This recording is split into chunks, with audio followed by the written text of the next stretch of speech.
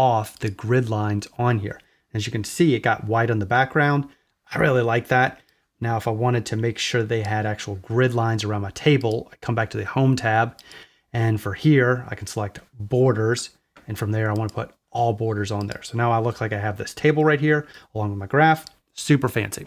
Next up is formulas. This is where you need to go if you can't remember a function that maybe you want to use. If it's a text function, you come in here, select something like text. You can scroll through and actually see even a description of the different functions that are available. So in this case, replace, it tells you, hey, replace is part of a text string with a different text string. Depending on what version of Excel you have, in the newer ones, you'll have this insert Python to insert Python functions. And then finally, they have more advanced features with maintaining and updating and formatting your different formulas and functions, which we'll be diving to in the next chapter. Now, besides the Home and Insert tab, the Data tab is the next tab that I find myself using all the time. In chapter 7, we'll be diving into Power Query, and we're going to be focusing heavily on this get and transform data and also queries and connections. And then in chapter 8, when we get to Power Pivot, we're going to be going into managing our data model with Power Pivot. In chapter 4, we're going to be going into this forecasting, and we're also going to be adding in some extra add-ins that are going to appear in this Data tab. Now, I sort of skipped over this data types and sort and filter because we saw them on the Home tab. They're just conveniently located here in a bigger format for you to use also. All right, this tab on review is probably the least likely for me to actually use. I can actually go through and check things like spelling and add comments or even protect my sheet. Besides that, I'm not finding I'm using that this often. View tab is similar to the review tab in that I'm using it a little bit more. You can change the format of how you actually want to view things. But mainly, I'm finding myself using this the most of freeze panes. Let's say you see I'm scrolling down here and I don't know what the job or what the headers are right here. So going over to this Data tab, I can actually come in here to freeze panes and select freeze top row or even freeze first column. So in this case, that top row actually stays up there and I really like it like that.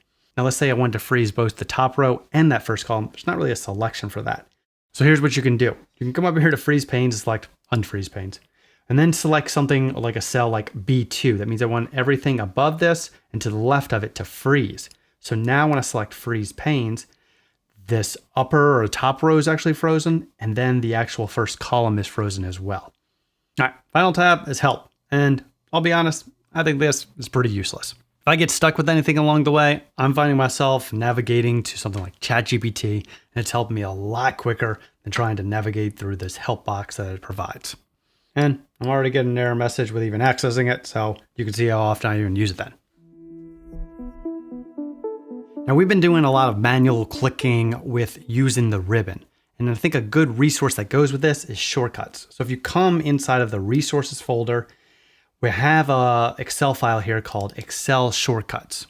And what this has in it is a list of all the different shortcuts that I find myself using anytime I'm inside of Excel. So it's worth having all of these, I'm not gonna lie, committed to memory.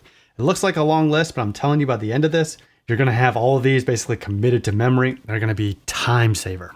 Now, although I shit on people that print out stuff, this would be something that I do recommend actually printing out and having next to you so that way you can reference really quickly while going through this course. All right, now I know we move fast through that, but we're really gonna be diving into, as I called out during this lesson, all of these different tabs even more as we advance through all the different chapters. So that was more of a sneak peek into what you're going to be exposed to coming up in this course. All right, for those that purchase the practice problems, you have some problems to go through and actually experiment more with the tabs. In the next chapter, we're going to be jumping into functions and also more specifically formulas in order to build them out and perform data analysis on that data science job posting data set. With that, I'll see you in the next one. All right, welcome to this chapter on formulas and functions. In this lesson, we're going to be focusing specifically on going a deep dive in understanding formulas. Then in all of the follow-on lessons, we're going to spend the majority of our time working on functions. For that, we'll be exploring the entire function library, focusing on the key functions within this library that I find that I'm using time and time again in data analytics. So what are we going to be doing in this lesson? Well, we're going to be focusing on a fictitious data set. We're going to keep it small in order for us to get more familiar with operating with formulas and operating on this data set. Specifically, by the end of this, we're going to be able to input into this worksheet a number of years of experience or total salary and be able to see whether these jobs meet those conditions, specifically whether they meet both of those conditions. So for this, you can follow along by opening that Formulas Intro workbook. In this workbook, we'll be staying in this data sheet right here. All the different answers, whenever we get to the math operators, comparison operators, or cell referencing, are shown via the sheet, but we'll just be sticking for data for now. First up is math operators. And as shown by this table here, you can use a variety of different symbols to conduct different multiplication, subtraction, division operations that you want to do. So let's dive into testing some of these out. We're going to be filling in each of these columns that correlate with the associated job title as we go through this. So the first one's going to be experience. Pretty simple, right? We talked about it before. In order to reference another cell, we would use an equal sign. And then from there, we can either type or select a cell. I'm going to recommend just typing it to make it go faster. C3, it's highlighted blue because that's the cell that's highlighted. Then we'll be using the autofill feature of this to fill in all the cells below. And we notice that it updates to here. This one's equal to C12, which correlates to this one right to the left of it. So let's calculate our total salary. And this is going to be taking our annual salary in column D and adding it to our bonus max in column E. So we can do this by specifying D3 plus E3. And from there, pressing enter. Once again, to autofill it, I'll select that cell that I want and drag it on down. Now, if I want to calculate what is the rate of bonus or the bonus rate, that is going to be the bonus divided by that salary. So in this case, E3 divided by D3. Once again, going to use autofill, drag and drop it all the way down. Now for all these values, I don't like what it's formatted as right now. I'm actually going to change this to a percentage. And I want to see one decimal place, so I'll press this one to expand out 1. Now, anytime I do any type of mathematical operation in Excel, I always want to try to confirm it that it's correct, that I did the operation correctly. So in the case of this bonus rate, I can do this by confirming what we got for total salary previously. So if we took that bonus rate is what we want to confirm, right? So we're going to take that and multiply it times our annual salary, right? So that should give us that bonus rate right there. And then if we wanted to, like we said, we want to confirm total salary right here. So I can just add in that we want to also add in that annual salary itself. And we do have that total salary right here to actually confirm what's going on. Dragging it down and doing an autofill, all these values look like they correlate to what it should be for total salary. So I feel like we calculated bonus rate correctly. Now going back into the formula itself, you can see we have multiple operations in here. How do we know whether multiplication, addition, subtraction, what comes first? Well, really if you know the order of operations, it really is the same here. Here are the different operators listed in their order of precedence. Exponentiation comes first, multiplication, division are second, then addition and subtraction are third. It's then followed by concatenation, which we did in one of the previous lessons, followed by the comparison operators, which we're about to get to. So with that segue, here we are, comparison operators. For this, you probably are familiar with the first three. The last three are something that get a little bit more complicated whenever you have a greater than or equal to, less than or equal to, or in this case, a not equal to. So previously, I just sort of did a cursory check to make sure this confirmed total salary column equals this other total salary column. But imagine you have hundreds of thousands of rows. How can we actually compare this and find these values? Well, what we can do is we can say, hey, is G3 equal to I3? And this looks a little bit confusing, right? Because you have two equal signs in there, but everything to the right of the equal sign is basically a comparison. And from there, it either ends up as a true or a false. And we can drag and autofill this in, and everything is true. Similarly, if we want to find something like, is the bonus max greater than the annual salary? We can do, hey, is bonus max at E3 greater than that at D3? And typical of any data science job, none of these really exceed that at all. All right, now that we're familiar with math operators and also comparison operators, let's dive deeper into cell referencing. And we've been doing this previously whenever we reference another cell like A2, but we're going to add a little twist to this. I'm going to go ahead and hide some of these columns. That way we clear up the clutter. I'm going to hide column F by right-clicking it and selecting hide. Then I'm also going to select all the columns H through K and also hide them. So I want everything to appear on the same sheet. So we're going to be referencing this table down here for this portion of the exercise. And this is potentially goals that you may have when you're trying to land a job. You may know how many years of experience, or you should know how many years of experience you have, along with a goal total salary that you want to achieve. And so we're going to be building out formulas with this in order to be able to find out which of these jobs actually meet our conditions of the expected years of experience and total salary. So for this, we'll go with that I have 5 years experience, and then I'm looking at $90,000. The first one I'm going to calculate in column L is whether it meets our experience. So for this, we'll say, hey, is C15 right here less than or equal to the value right here in our experience? And as expected, 5 is less than or equal to, basically equal to 5. It's true. Now, we're going to run a problem now when we try to autofill this. If I try to autofill this down, I'm getting this one is false and then these all is true, but I would expect, especially this AI specialist at 3, it would be false. And so let's actually inspect this.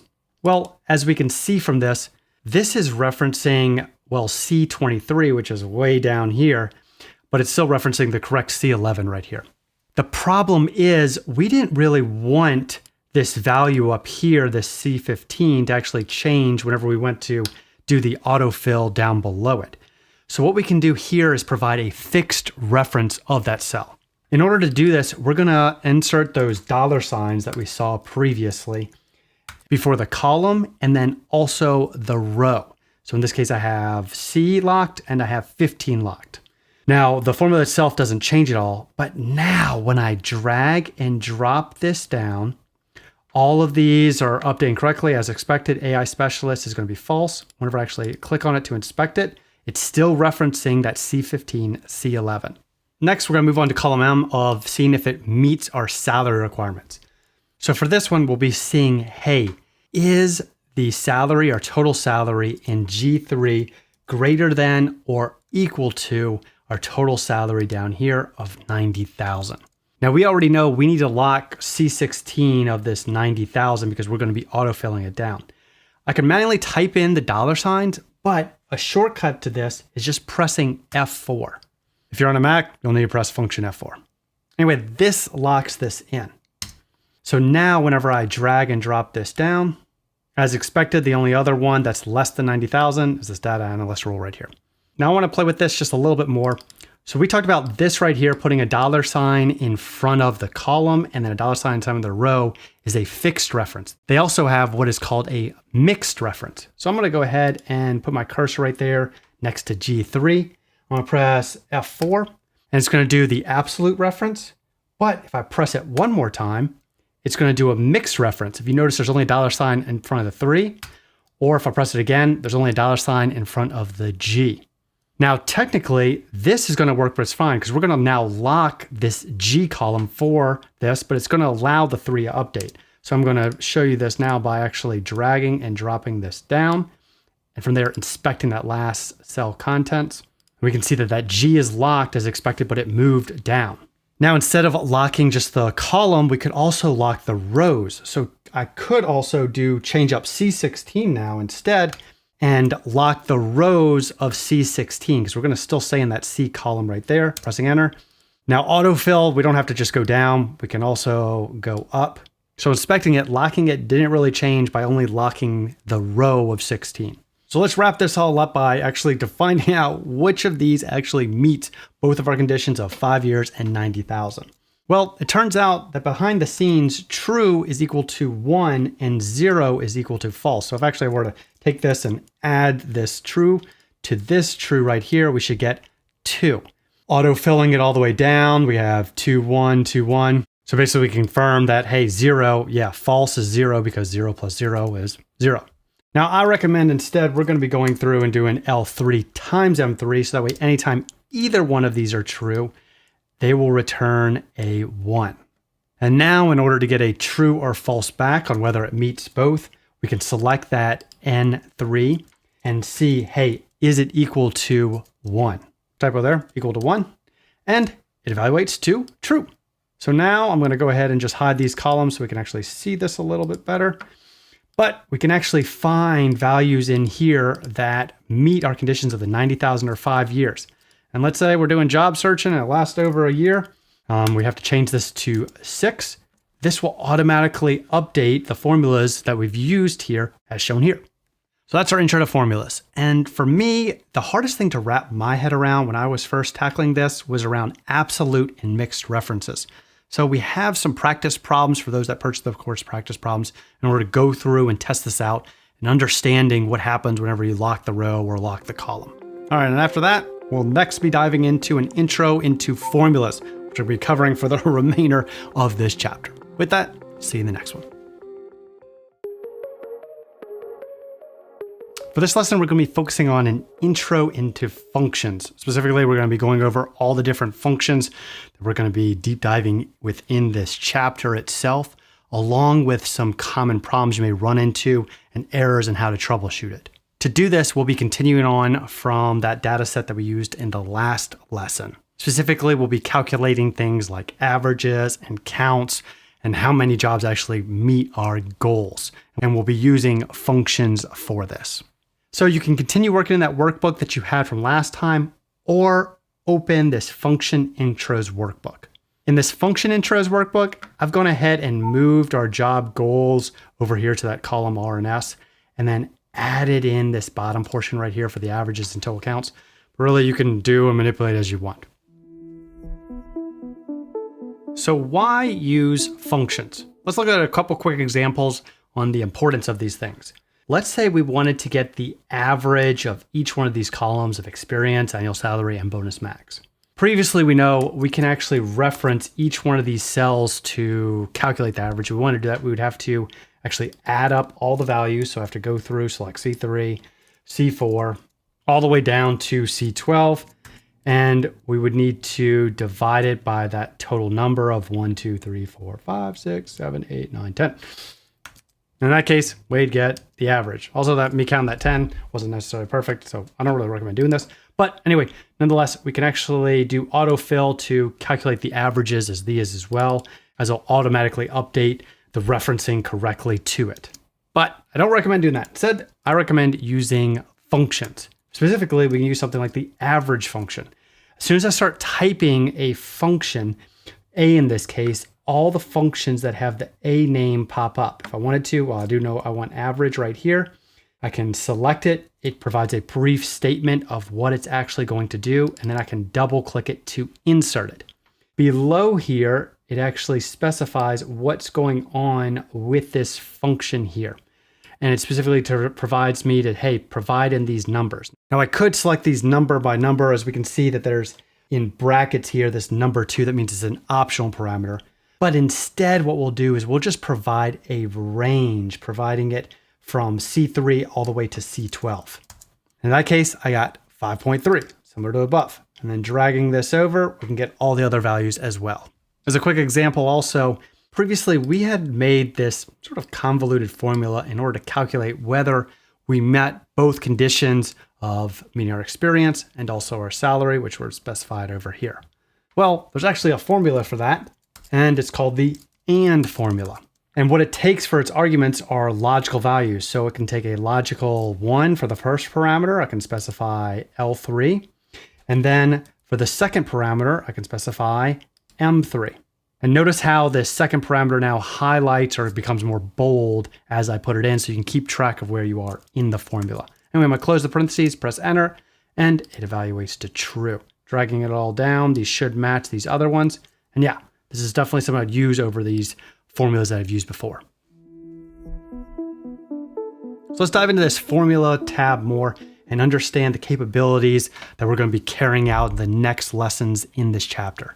The most powerful of these, especially for those new to Excel, is this insert function. Anytime you're looking for a function and maybe you can't recall the name and you're not sure what it even starts with, you can put something in here. So say I wanted maybe the average. I can type in average, and then everything that basically calculates a different average off of it, even if they're closely related, like this rank average, will pop up in here along with a description below explaining it. If you've used a formula recently, you can come in here under recently used, and I frequently find myself just going back to this in order to select something I may have used recently. Now in the next 7 lessons, we're going to be diving into each one of these all the way through it, from logical and text to lookup and also math and trig. Now, one note, we won't be going into detail on this financial functions because I find they're sort of nuanced, but we will be going into all the different ones that I'm using on a daily basis as a data analyst that aren't specific to financial applications. So let's get into understanding the basics about formulas by calculating these different counts, and especially counts around whether any of these jobs meet our goals. For this, I know I want to use a count function. So I'm gonna go to this insert function. I'm gonna type in count. Now there's a bunch of different ones that pop up. Count itself just counts the number of cells in a range that contain numbers. It has to have numbers in it. If I wanted to do something more around text, I would say, hey, count the number of cells in a range that are not empty.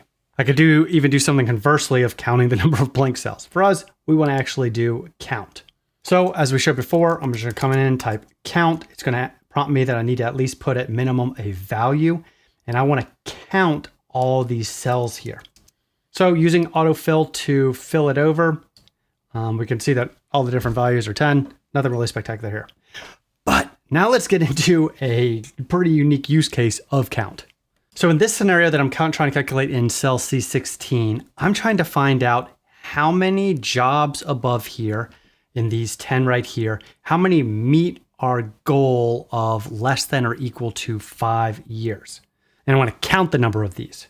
So I know I want a type of count. I can go into insert function. I know it's here inside these different statistical functions. Specifically, I have these different counts right here.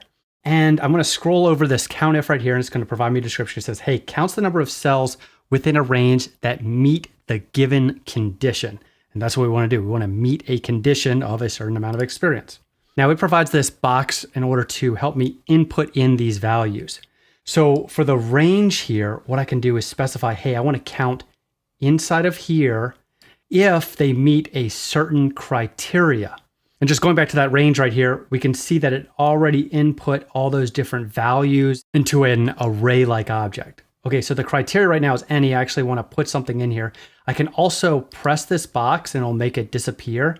And I want to compare it to this experience, but I want it to be less than or equal to 5. So I can press enter to accept it.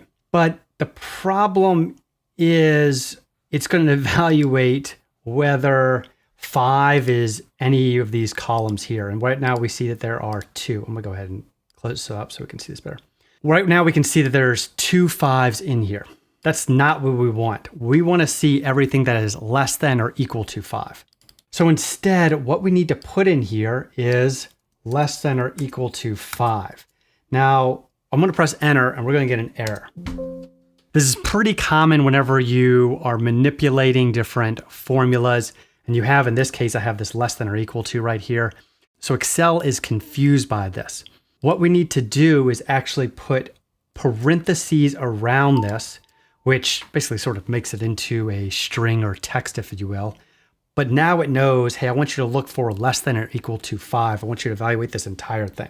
Pressing enter, bam. We have 6 values here that are less than or equal to 5. Now, similarly, I can drag this over because we want to also do this for experience, but I don't want to do less than or equal to 5. I want to do greater than or equal to 90,000. And in this case, we have 9 because we only have 1 that's less than this. But as you'll find out on this course, I don't like hard coding values into my formulas. In this case, I have 5 inside of here, but I'm already having 5 right here. What happens if I want to change this, maybe to say something like 3? Well, it's not going to actually update these values right here. So I'm gonna go ahead and actually change that back to 5, and we're gonna make another formula that actually fixes this. So I want to drag these down, but we actually didn't lock either one of these cells, and it will cause errors if we do. So I'll just select right next to it, press F4. Next to C3, I'll do the same on F4. Doing the same in this cell as well. All right, now I'll take this and I'll drag this down. So now let's actually fix this to be more dynamic. We don't want it to be less than or equal to this 5 right now. what we can do is that ampersand operator, and then from there, put in reference to S3, which contains our 5. Pressing enter, bam, we got 6. Same thing here. I can delete that 90,000, put in an ampersand, and then from there, we're going to be basically mashing it together with that 90,000, and it evaluates. Now, when we change this experience to say something like 2, we can see that it actually updates appropriately to see that, oh, only one job meets this requirement. So pretty cool. I'm going to change that back to 5. Now, frequently, you're going to run into errors with your formulas. Let's say I wanted to divide 1 by 0. Not a good thing that we need to do. Anyway, I'm going to get this error right now. You can notice it because it has this green check on the upper left-hand corner, but also it starts with this hashtag and it's saying, hey, you have a divide by 0 error. I can even come down into here and it tells me even more on this, provides help on this, or if I wanted to even ignore it. Now, in this sheet of this workbook, I have a bunch of different errors in here that you may run into from time and time again. And we're going to be running into these errors as we go through the rest of this chapter. So if you get stuck along the way while we're going through this, I feel like this is a good reference for you to maybe save somewhere in order to understand what is going on with the different errors you may encounter. Now, the biggest time saver I've found with any of these errors is using some sort of chatbot. Specifically me, I'm going to go to something like ChatGPT or even Claude. They're going to be able to provide really quick help in understanding what an error is and what I need to do to fix it. All right, so now it's your turn to dive into and test out these intro into functions and play with them and experience some of the errors of your own. After that, we'll be diving into logical functions, a major type of function that you need to be aware of. With that, I'll see you in the next one. Now that we have the basics down on formulas and also functions, we're going to be moving into one of the most important type of functions to know, logical ones. The most popular of these are an if condition, basically looking at something and then providing a response based on it. So for this analysis, we're going to be jumping into our data science job salary data set. But we're only going to focus on the first 20 rows of it here and on the next few lessons as well, as I don't want to overwhelm you with all the data just yet. Now for the final results, we're going to be doing 2 major things. The first is determining within this list of jobs whether they meet our conditions of finding the job we want of a data analyst or business analyst. And we'll mark it not desired or role desired. Additionally, we're going to do a common practice in analytics of bucketing, basically taking those salaries and depending on the amount value, putting it into a certain bucket. For us, we're going to be looking at whether they have salary data in this data set, or more specifically, if they are greater than our goal of 85,000. So why are these logical functions needed? Well, let's jump into that last data set real quick and simplify how we can actually use these as a quick example. Previously in this P column, we were evaluating whether they met both of our conditions of experience or salary. We can use an if statement in order to clarify this. So I can specifically call out with an if statement saying if it has the logical test that we want to actually evaluate. So I'm going to put in P3 in this case, as it's going to return true or false. And then from there, the next value in there is value if true, which what do we want to return if it is true? Well, that our goal is met. And then if it's not met, we want to have, well, not met. Okay, and then this, whenever we drag this down, will provide not met or goal met, depending on if this is true or false. And so that's the power of these if statements in helping us actually provide this value. So that was just a quick example of if. Let's actually jump into some more examples so you get more familiar with how to use this. So here we are in this data set, and I don't need all the columns of this data set. So I'm just going to select the columns that I don't need, almost like B through G, and then hide it. Additionally, I'm not going to need I or J, so I'll hide these as well. So our first goal is to identify whether these jobs meet our conditions of either a data analyst or a business analyst. We're going to start simple by just finding out which one is a data analyst first, and then which one is a business analyst and meets those conditions. So once again, we'll start with that if condition. And for this, we're going to put in that logical test. Remember previously from the example, we need to have a return either true or false. So we're wanting to check whether senior data engineer in A2 is equal to data analyst in K1. Now we're going to be auto-filling this down, so we need to make sure that the A2, we're fine with it actually adjusting as necessary. K1, we want it to at least lock on the row value of 1. Then if it's true, we'll be role desired, and if it's not desired. As expected, senior data engineer is not desired. Let's drag this all the way down, and just double checking it, we see that the data analyst roles are role desired. Okay, so I can drag this over now, and just to double check, it's shifted over to B2, but it's selecting the right one of L1. So actually, what I'm gonna do is I'm gonna delete this, go back up here. I'm sort of a perfectionist. I'm gonna end up locking that A value so it stays in that A column. None of my values are gonna change here. And then when I actually drag it over, I can check that, okay, A2 is the correct one I want selected to compare it to business analyst in L1. Okay, and then I'm gonna autofill all the way down. And it looks like there's only 2 business analyst roles here. So now how can we identify that it meets both of those conditions, both data analyst and a business analyst? Well, we're going to do one approach first, and it's called a nested if statement. And it's not really the approach I'm going to recommend, but it's something that you should be aware of. So what I'm going to do is I'm going to select cell K2. I'm going to go ahead and copy this formula. Plugging it in here, we have it here, and making sure that it operates correctly. Yep, it does. So how does this nested if statement work? Well, we're going to still evaluate our first condition. Is the first role evaluated as data analyst? Does it meet that? If it is, we want to mark it as role desired. Now we get into what happens if it's not a data analyst. Well, now we want to check if it's a business analyst. So I'm going to close out this, and what we can do is I'm going to take this business analyst formula right here, everything up to the if, and I'm going to go back in here, and I'm going to drop it in right here inside of the value if false. So it's a nested if statement, an if inside of another if. So now if we don't meet this first condition, if the value if isn't true, it will go into the nested if statement and start checking this condition. Is now the software data engineer equal to data analyst? If it is, it's role desired. If not, it's not desired. So let's now drag and drop this all the way down. I'm going to expand this out a little bit. And now we can see if it's data analyst, we get role desired, along now with if it's business analyst, also role desired. But I'm not a fan of nested if as they're hard to read. Instead, I like using the functions of and or. And should be a little bit familiar because we saw it from the intro lessons that we did previously. With and, it evaluates whether both conditions are true.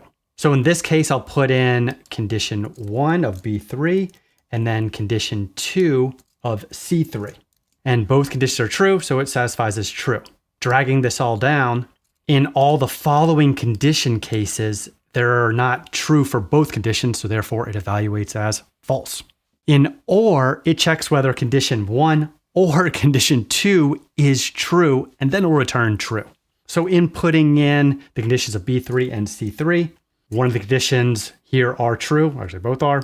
Dragging it down, I expect, the second and third rows are also true, where the final one, both are false, so therefore it is false. So let's run the same and or logic that we've run before in order to determine which one we actually use. So in this one, we're checking whether both of these jobs of data analyst and business analyst are equal to this one here, senior data engineer. As expected, false. And what should we expect for all of these?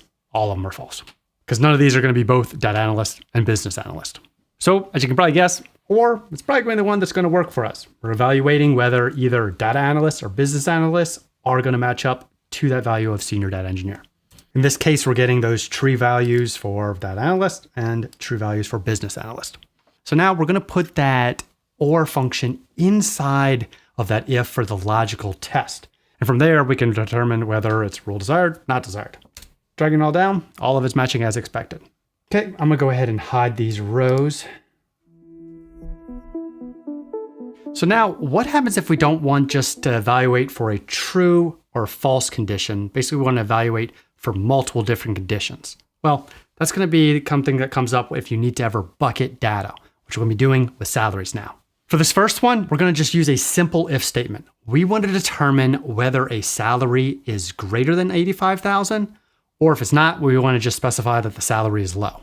So for this, we're going to be evaluating if H2, we're going to go ahead and lock that H column, is greater than that 85,000, which will lock that completely for the 85,000. Then we want to say the salary is greater than 85,000. Conversely, if it doesn't meet this, we want to say that the salary is low. I'm going to expand this out a little bit, and then we're going to drag this down.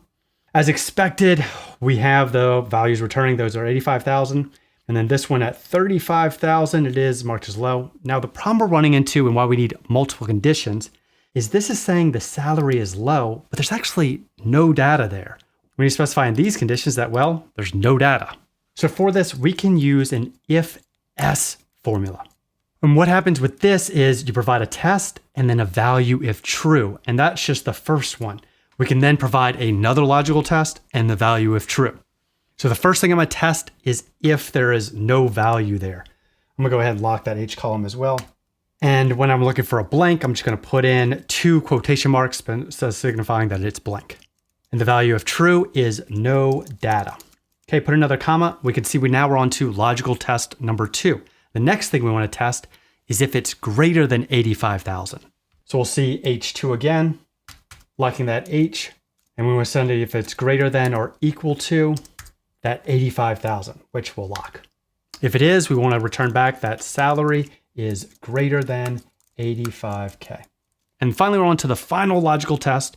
And basically, we want all of them to pass this condition. So instead of providing, hey, salary less than 85,000, we're just going to pass in true because we want it to be true. And we would expect this to be any values between a number that are between 0 and 85,000. So like before, we're going to specify salary low. Running this, I'm going to expand this out and then drag this down. We have when it returns no data, salary less than 85,000, returns salary low. And then whenever it's greater than 85, the correct results.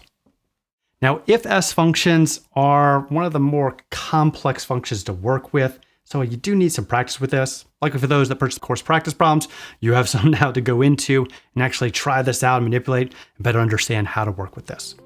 With that, in the next one, we're going to be jumping into my next favorite type of functions, math functions, which are heavily used in data analytics. All right, with that, I'll see you in the next one. Now, in this lesson, we're going to be using math functions and also some statistical functions in order to perform EDA or exploratory data analysis on our job posting data set. And for this, we're going to be focused on the 5 major functions of count, sum, average, and also min and max. And we're not only going to focus on the core versions, such as just count, but also the if and ifs version. So they have multiple different versions that we're going to get to. Now for our analysis, we're going to be diving into the full data set of the data science job postings, which has over 30,000 different job postings. And in it, we're going to be specifically diving into data jobs that are in the United States for data analysts. And we're going to be able to use these sort of different functions that incorporate if and ifs in order to fine tune what we're looking for. One quick note, you're not limited to using United States and data analysts. You can use the scenario that you're in, of what country you're in and what job title you're most interested in instead. So we're going to be filling out this table right here, and we're going to start on row 3, focusing on those count functions first. Now, the data set is actually much larger than this 3 columns. I'll unhide between A through K. But we're not using any of these columns in between here, so I'm just hiding them and making it easier for us to work with. For this, we're going to focus on the core function of only count, and we're going to be looking at those that have all the yearly salary data in it. As you can see over here, there's missing blanks in here, so we don't want to count those that are missing. Anyway, what I'm going to do here is select column M, and as you knew, it selects the range of M:M, and then from there, press enter. So what we're finding is that around 22,000 jobs out of these 30,000, we're going to find out, have salary data. And how do I know about that 30,000? Well, let's actually see. We can actually use instead, we can use a count A function, which stands for count all, and it counts the number of cells in a range that are not empty. Specifically, I want to capture those in the job title short column right here. So I'll do A:\A. Running this, we get to see that it's around 32,000 jobs. One technical note before we continue, these are, since we're doing the columns themselves, in this case, the count M, it's also counting that column header in this case. So if we want to be exactly accurate, which in this case, I just need roundabout numbers. If we want to be exactly accurate, technically we want to go in and say subtract 1 to get what the actual value is. But frankly, I'm just trying to look at general numbers right now. I'm not too cared about 1 or 2 off. So now let's dive into analyzing this further on my needs, looking for specifically, we're going to focus on the United States first. So we're going to find those that have in the job country here, United States. And for this, we're going to use the COUNTIF function. And this counts the number of cells within a range that meets the given condition. So you provided a range. In this case, we're going to provide the range of that column K. And then the criteria itself. We want to filter for United States, which I conveniently typed above. So we'll select it right there. I'm also going to lock it by pressing F4. And then running this, we get that about 25,000 jobs contain United States. So now let's evaluate those data analyst jobs using that same thing of COUNTIF. Once again, we provide the range. In this case, we're looking at job title short column. And for this, we want to look for data analyst, locking this cell. We get about 9,600 jobs for data analyst. Now, next up, we're going to be using COUNTIFs. Specifically, we're doing this because we want to find jobs that contain not only data analysts, but also contain that they're from the United States. Now, we can't just add these 2 columns together because one, it's going to, once we add it up, we see that's even greater than all the jobs there. That's not what we actually want. We want conditions like here on row 16, where it's a data analyst and United States. Whereas something here on row 223, where it's a data analyst in Sudan, that's not going to meet our condition. So we wouldn't count it. So using COUNTIFs, this counts the number of cells specified by a given set of conditions or criteria. For this, we need to specify a range and then the criteria. First, we'll focus on the range of A for job title short, and we're looking to match that of data analyst, which I'll lock by pressing F4. Then now we're moving on to criteria range number 2, where for this one, we're looking at job country now. And for that, we want to look for the criteria of United States, locking this with F4, closing this with parentheses, and then running it. We get around 8,000 jobs. And this makes sense, right? Because it would be less than that 9,000 data analyst, because some of these aren't going to be from the United States. Now, with how this is flowing, we could actually make a visualization out of this data right here. So going into insert and then recommended charts, we have here a funnel chart. So I'm gonna go ahead and insert that in. And this basically shows the funnel, if you will, of jobs. We started with almost 32,000 jobs, and we got towards the end of the jobs that we actually care about, US and data analyst, at around 8,000. I'll go ahead and move this off to the side for now. All right, next, moving into the sum function.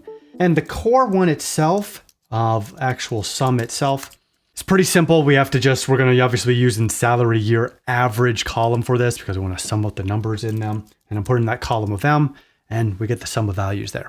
Now, unlike count, where count has a count A or count all, where we're trying to find if there's blanks or not, that's not really applicable in sum and average, and also in min or max. So I'm actually going to go ahead and just gray these out because we're not going to need them. Now moving into SUMIF, which adds the cells specified by a given condition or criteria. This one is a little bit more complex than we dealt with count, because we first want to provide the range that we're going to be evaluating for a certain criteria, which in our case, the range we want to evaluate is job country, because we're evaluating for if it contains United States, which I'll lock with F4. But we're not summing the countries because they're a text column. So we have to provide this sum range, which is column M. Similarly, once again, we can do that sum if looking for data analysts. So in this case, we're going to be looking at column A to evaluate if it has data analyst in it. And then from there, the sum range, once again, is going to be that column M. Now the sum ifs, similar to that count ifs, adds the cells specified by a given set of conditions or criteria. For this one, we provide the sum range first. So it gets a little bit confusing. You got to make sure that you're actually reading the formulas. In this case, we're going to use M because that's the sum range we want to use. And then we're first going to evaluate for that job title short, that column A, which we're going to evaluate for data analyst. And then we'll evaluate for the job country, evaluating for United States. Closing the parentheses and running this. Bam. As expected, this value is less than that of the data analyst. Now moving into the last three of average, min, and max, which I think are actually more valuable than that sum one we did. I'm not going to walk through actually typing in all these in because now you've had a familiarity with how I did the sum, which follows the same example for average, min, and max. Feel free if you want to, you can go through and type it out on your own to get more experience doing it. But overall, I think this has some very unique insights from this analysis we did. In it, we can see that salaries in the United States are around 125,000, where the data analyst is only around 93. And specifically, US data analyst is around 94. So data analysts in general are lower salaries than the other jobs in the data science industry. As far as min and max go, we're having as low as 25,000, but we're having as high as, well, at least for a data analyst, up to 650,000. And apparently there's a job in here around $960,000. And you may be wondering, what jobs correlate to this $15,000 or $960,000? Well, we're going to be diving into that further when we get to the lookup functions. One last note on errors before we go. I commonly find the most common error with these functions is a value error. And that usually occurs whenever, in this case, we had column A selected initially for criteria range number 1. Let's say we accidentally selected multiple different columns for this. Obviously, we're not trying to evaluate all the different columns. We only want to evaluate one column for that criteria of if data analyst falls in it. Anyway, when I run this, I get a value error. Anyway, this is a common one that I see come up time and time again. So anytime you're going through this, any of these or the practice problems themselves, make sure you're investigating to see that you've actually input in the correct ranges to evaluate, because it's commonly causing those value errors. All right, with that, you have some practice problems to dive into. And next, we'll be diving into even more statistical functions in order to really dive into how deep you can go with EDA or exploratory data analysis. All right, with that, I'll see you in the next one. We're now going to be taking this up a notch, shifting gears from focusing on math functions now to statistical functions. For this, we're going to be using our job posting data set and analyzing the salaries in this, specifically looking at common statistical functions like median, standard deviation, and even quartiles. Once we have the basics, we're going to shift into an actual analysis looking at what is the average salary of different job titles. And we'll even get a sneak peek at visualizing it. For this lesson, you can start by opening the Statistical Functions workbook. We're going to be starting by filling in this table here on the different statistical functions we're going to be filling out. And we're still working with that data set we did previously. And you noticed I've hidden a lot of the columns that we won't be using for this. So we've done a few of these different type of functions already. Let's go ahead and fill these in. For count, we'll be using the count function, specifically on that M column of salary or average. And like before, we have around 22,000 values. For average, we'll be doing the same on that M column. We find that's around 123,000. For our min, we'll also run this on the M column, and that's around 15,000. For max, that's going to be around 960,000. So let's move on to our first true statistical function. We're actually going to go into this to actually see what it does. And that's median. It returns the median, or the number in the middle of the set of given numbers. So let's go ahead and type that out, median. And in there, we need to specify number or numbers. We can specify a range. We're just going to keep it simple right now to actually show what this function is actually doing. It's selecting the middle of numbers. So I'm just going to select these top 3 numbers right now. And what I expect for this function to do is to provide, basically in a set of numbers given, provide the middle number. So it should provide us 140,000, which is the center number of these 3. But we don't care about the center of just 3 values. We care about the center of basically all of our different values. So I'm going to place the entire M column into it, and that is around 115,000. Now, why is this average higher than this median? Well, let's actually visualize it. I'm going to select this M column and go into the Insert tab, going to histograms. I'm going to insert a histogram. And what this is showing is the distribution of salaries from 15,000 all the way to 950,000. Bottom x-axis is a little confusing to read, but it's basically a range. So in this case, 87,000, 93,000. How many counts of salaries are falling in between that, and that's how large the bar is next to it. Anyway, getting back to that original question, why is the average higher than the median itself? If you recall back from definition, a median is the middle number in our set of our list, but our average, however, is taking all the different values and, well, averaging it out.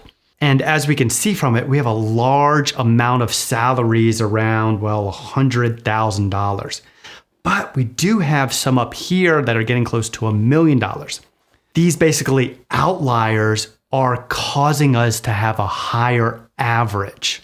So basically those values that are near 960,000 are dragging that average way higher. So that's why I prefer to use something like the median when I can in order to analyze these salaries, because they're not skewed by these outlier salaries that are just something that you're probably not going to get. All right, next up is standard deviation. And for this, you have two options. standarddev.p and standarddev.s. The P stands for population and the S stands for sample. This data set is around 30,000 salaries, and there's way more than 30,000 data science jobs available. So that's a sample of the actual population. So we're going to be using standarddev.s. And for this, we can insert a range into it. So what does this value actually mean? Well, if we had something like a normal distribution, which our salary data is somewhat close to that, we'll find that one standard deviation from something like the average has, in this case right here, 34,000. So if we went above and below the average by one standard deviation, around 68%, which is a heck of a lot of data, is within this one standard deviation. So in our case, if I was to take the average and then subtract this standard deviation, along with taking the average and then adding the standard deviation, around 70% of the salaries are between 75,000 and 170,000. But what if we wanted to be more precise about finding, say, something like where does 50% of the data actually fall? Well, we can use quartiles in this case, specifically calculating the first and third quartile. Here's a graph that I did from my Python course, which when you get done with this course, feel free to check it out. But anyway, it looks at the salary distribution of data analysts in the United States, has this histogram right here, very similar to what we plotted previously in Excel. But in it, I'm able to plot out quartile 1, where the quartile 1 starts, and then quartile 3, where that one starts. So between this quartile 1 and quartile 3 marker lines, 50% of the data falls here, with this red dotted line being the median. Which, let's actually get to calculating this. So if we wanted to do something like the quartile, we're going to see that there's a few different functions available for this. We have exclusive and inclusive. We're going to do inclusive first, and then I'll show the exclusive after to basically show how it's different. So this takes two arguments. The first is the array. So I'll put in that range of the M column. And then lastly, it takes the quartile. And we have 1 for the first quartile, 2 for the median, 3 for the third quartile. Anyway, I have these values over in the U column, so I'll just select that and use that for this. And for the second quartile, we're seeing that, basically as I just read, that's also equal to the median. Now I'm gonna go ahead and get rid of these min and max because we can also use that with our quartile function. And I'm gonna go ahead and drag and drop this up and then also below. So what we can see from this with this first and third quartile is that around 50% of the data falls between 90,000 and 150,000. So frankly, when it comes to using quartiles like here and standard deviation, I find myself more gravitating towards quartiles. Anyway, what about that other quartile function? Specifically, that one around exclusive values. Well, once again, I can select the array that we're going to use. We're going to use M. And then finally, the quartile itself. Now, notice for this one doesn't have a value of 0 and 4 that you actually can put in for the min and max. It's exclusive. So it excludes those outliers basically of the min and max. So specifying that column next to it, when I actually drag this down, we can see that the min and max aren't provided in this.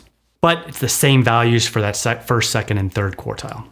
If you notice here, we get this num error. And as we inspected when going through this formula, 0 and 4 were not available to actually input into the formula. So anytime you're inputting things into a formula that doesn't necessarily exist, you're going to get this num error. All right, the last function to investigate is the mode. And this returns a vertical array of the most frequently occurring or repetitive values in any array. In our case, we'll once again provide column M. And surprisingly, we find that 90,000 is one of the most repetitive values. If we go back to that histogram we plotted earlier, we can see that the largest line right here with a value of 1925 occurrences occurs between 87,000 and 93,000. So this makes sense on the 90,000 being the mode. So let's get into some data analysis now by actually ranking the average salaries of these different job titles. I'm gonna go ahead and hide the columns V through R. Now, in order to rank the salaries of the different job titles that I have this list here for you, we need to first calculate the average salaries of each of these job titles. So for this, we're gonna be using, as last time, average if. First, we need to specify the range that we're gonna be basically running that if on, not necessarily the values, but the range of the job titles. Next, we need to provide the criteria. For this, we'll provide it of data analyst, which is in W2. And then finally, the actual average range of column M. Dragging this all the way down, we have our different averages for all the job titles. One note real quick, in future lessons, we're gonna be jumping into using median to evaluate these job titles, because personally I like that more, but that's a slightly more complex problem. So we're gonna stick simple for now. Anyway, with these average salaries, we can now actually rank it. And this returns the rank of a number in a list of numbers. Its size relative to other values in the list. So first, we need to put in the number that we want to rank. In this case, we're going to do that of data analyst.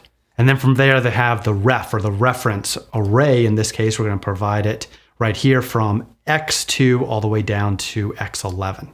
Now I can change this from descending to ascending, but I'm going to keep it how it is. Now I'm going to drag and drop all the rest of these. And we had a little bit of an issue because we have repeating numbers right here. And it's obviously because I didn't lock my cells appropriately. So selecting this range that I want to actually lock and pressing F4, go ahead and lock that. And then we'll drag and drop this again. Hopefully this works this time. And boom, we have all these ranked from highest to lowest. We can see business analyst or some of the lowest, data analyst not far behind, and senior data scientist has the highest. All right, I'm going to take this one step further. I'm going to highlight everything from job title down to the bottom, salary for software engineers. I'm going to go into insert in here and go to recommended charts. And basically the first one that pops up, this clustered bar chart, I'm going to insert in. And I can just change the salary up here by double clicking in here, and I'll put average salary of data science jobs. And there we have some data analysis actually viewing these. One minor touch to this, I really don't like how these are not ordered right now. So I could actually go up here, select these 3 titles right here, and then under the home tab, select I want to actually filter it, and then order this rank from, well, we'll say largest to smallest. One note, you may not have been able to see it, but it actually rearranged the data inside of our data set. That's not a big deal for me. I'm not caring too much, but that is something that will be effective whenever you do this. Anyway, with this, we can see things like senior roles are getting paid the most, and things like analysts are sometimes getting paid the least compared to these. All right, you now have some practice problems to go into and thus practice your skills with these statistical functions. After that, we're gonna be jumping in the next lesson into arrays, which is a super powerful feature, sort of new to Excel in the past few years. All right, with that, I'll see you in the next one. We're going to be now shifting gears and jumping into a more advanced topic of arrays. And with arrays, what you can do is typing a formula in a single cell. We can use this to fill in cells below it or cells to the side of it, all with one single formula. So we're going to be slowly working up to an easy, then a medium, and then a hard problem and how to use these. First up with the easy one, we're going to go through and basically identify all the unique job titles and then go through and actually sort it alphabetically using arrays. Next, we're going to move into our median problem of calculating the median salary. If you recall back to our last lesson, we were calculating the average salary based on a job title. Well, we can use arrays to calculate the median. And then finally, one of the most hardest problems, we're going to get into actually looking at, based on the month, how many different jobs were submitted during that month. And for this, we'll be using the sum product formula and a combination of other ones using arrays. For this, we'll be using the arrays formula Excel workbook. Now, before we jump into those problems, we need to first understand that there's actually two different types of arrays. We're going to start with the first one of modern dynamic arrays, which we've seen before. And with this, what we can do is, using a formula, we can specify a range to identify, and then whenever we press enter, B2 to B5, it's going to actually fill in with all these. We can see that it's modern or dynamic because it has this shadow around the edge. If I select any of the other ones, and not the core one, where this one's actually highlighted, whenever I select the other ones, these are grayed out. Taking this a step further with array multiplication, we can actually go in and multiply this column 1 of A2 to A5 and multiply it times B2 to B5. Anyway, in this sequence, you can see that it goes down. 1 times 1 is 1, whereas 4 times 4 is, well, 16. Anyway, that's modern dynamic arrays. Classical arrays, let's say we want to do the same thing in this case. Well, we're going to have to go about it a little bit differently. We need to select all the cells that we want to fill in first. Is a very key concept to get right first. Then from there, we can start entering our formula. So I put in equal. In this case, we want to do the same array multiplication. I'll take A2 to A5 times it times B2 to B5. Now, whenever I am done with this and I want to actually execute this, I don't just press enter. I have to press Control Shift Enter. And then it fills in the array. Notice it's not grayed out around the edges like this has a shadow. This one does not do that. And all of the different formulas are now filled in below this. And you'll notice that there's a curly bracket around this. This was used prior to around 2020. And so you may come into contact with Excel spreadsheets that have this. And if you don't know about it, if you come into here and say you want to like mess with this formula and you press enter, you're going to get an error message. But now let's say we have some additional values in it. We'll say we'll add 5 to each of the bottom of these. If I wanted to adjust this array, if I came in here and then change this to 6 for both the bottom and the top and press Control Shift Enter, it's only going to adjust the ones that were previously selected. So now if I want to include this bottom row right here for modern dynamic arrays, it's pretty easy. I can just come in here and adjust this to 6, and this is done. However, for classical arrays, or classic arrays is not classical, I have to actually select all these different cells